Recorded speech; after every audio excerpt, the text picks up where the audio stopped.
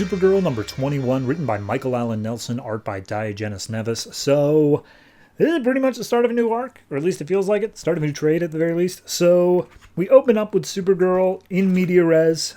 She's flying through space on a space bike, and Dr. Veritas calls her up being like, Supergirl, where are you? Next treatment's ready. And Supergirl starts hearing all these cries for help, and she's like, can't really talk right now. And Veritas is like, did you steal my space bike? And she's like I said, can't really talk right now. So she shuts off the comms and she sees this huge city floating in space being utterly destroyed. But we cut back to 2 days ago in New York, where Supergirl goes and visits Shaban, aka Silver Banshee, and she is currently trying to fix some plumbing that is causing literal sewage to fill up in her apartment. And Supergirl shows up being like, hey, hi, I wanted to say thank you for being a good friend, and then goodbye. And Shaban's like, okay, what's this about? Why are you showing up here? Are you speaking English now? And you just show up and you say goodbye? Like, what's going on? And she's just like, Earth sucks, man. I had hell on Earth, like literally, and then I got kryptonite poisoning, and people keep attacking me, and I don't want to be here anymore. I just want to go back into space. And Shaban's just like, oh, wow, everyone's got their own crap. Like, did you forget that I have an ancient, evil entity in me of the Silver Banshee that I am constantly terrified about? And Supergirl's like, that's not the same thing. That's different. And he's just like, either way, people deal with their problems. They don't run away from them. You have to deal with this stuff. Don't just leave as soon as things get tough. And she's like, you don't get it. And as she's trying to tell Shaban that she is apparently dying because of the kryptonite thing, Shaban just brushes off, just being like, nope, I don't want to hear it. If you want to whine and complain some more, do it to someone else. If you're just going to leave, then leave. Who cares?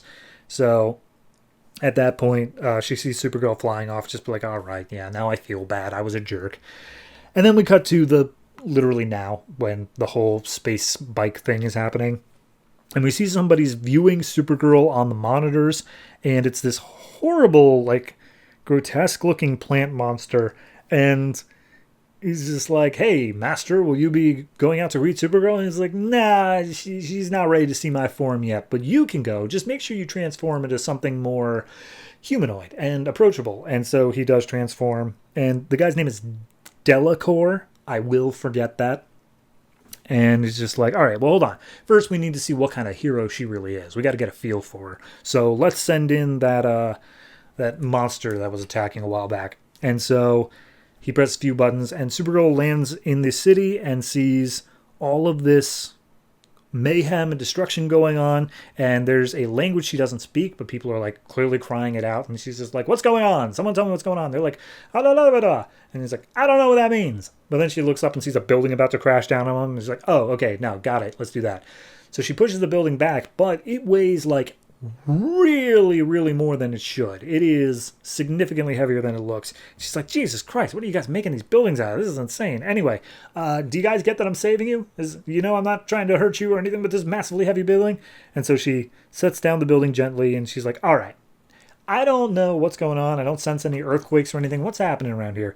And as the rubble clears out, she sees this giant, mechanical-looking monster attacking. And she's like, okay, giant mechanical monster, I want to try this new thing called not punching you in the face. So let's just have a nice little chat and see if we can't resolve these differences.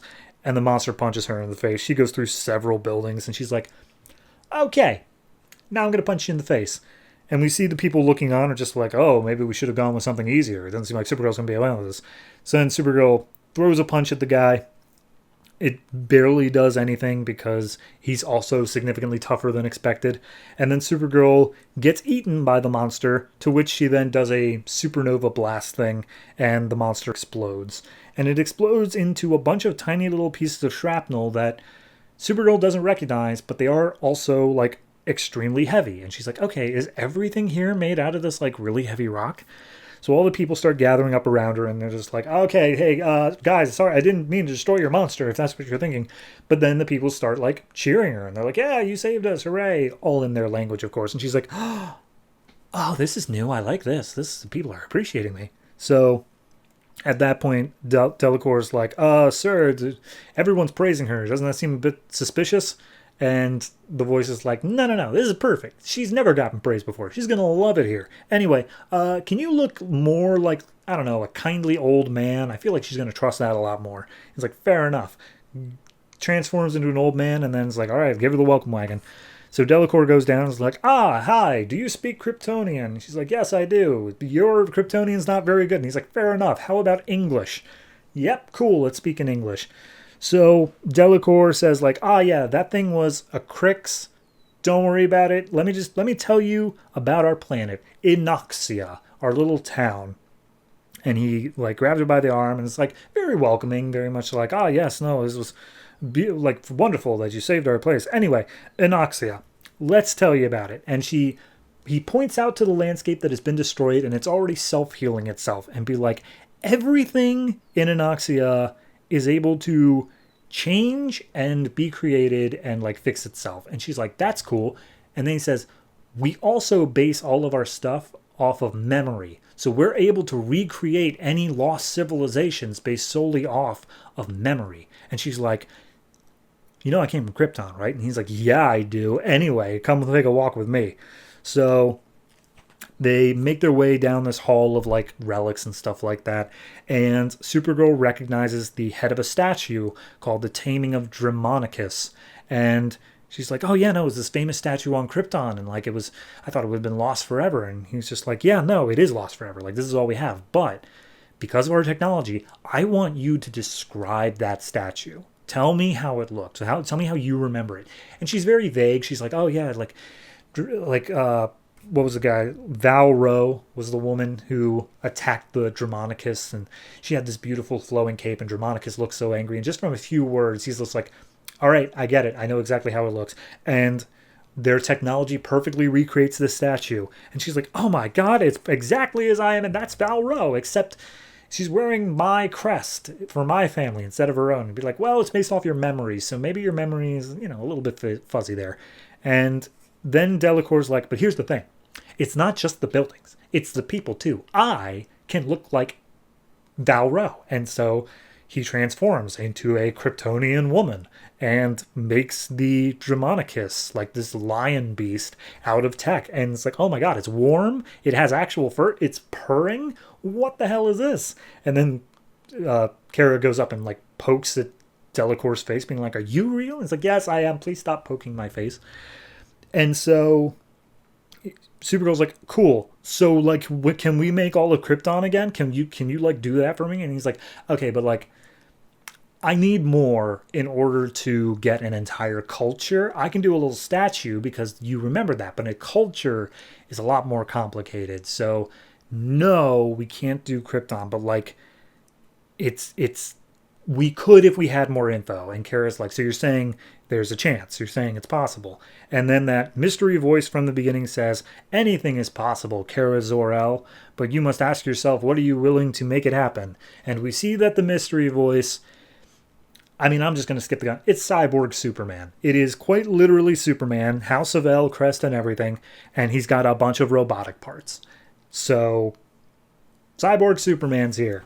Because, yep, that's what we needed. I like it. I think it's an interesting thing. Supergirl has been very good about feeling like every event follows the last event, where you have all of, the Hell on Earth stuff came from this point of her feeling lonely, and that came from like all this other stuff. It always felt very naturally progressing. Even when we changed writers, it felt like, okay, no, we're making a point here. We're doing this. She just lost her home. She lost Sanctuary in the last arc. So I'm sure she feels very out of place. On top of that, she's got kryptonite poisoning. So she's like viewing her own mortality and stuff. And she just doesn't want to be on Earth anymore. It makes sense she goes out into space. And then we set up this whole story of people who could perfectly recreate her original home. Brilliant. I love it. It's great. As for Cyborg Superman, that could be hit or miss. I want to see how they deal with it. If it's a cool reveal, great. If it's going to be something like, oh yeah, I just happen to look like Superman, then I might call some BS on that. But as for this issue, I'm enjoying it. It did a good job setting it up. It was a lot of just setting up how this technology works, but it was necessary, and I'm happy they just got it out of the way to begin with rather than leaving it up to mystery or whatever. So overall, this is like an 8.5. I really enjoyed this issue. I think it's a good turning point for where this book can go from here. So yeah, 8.5 for Supergirl.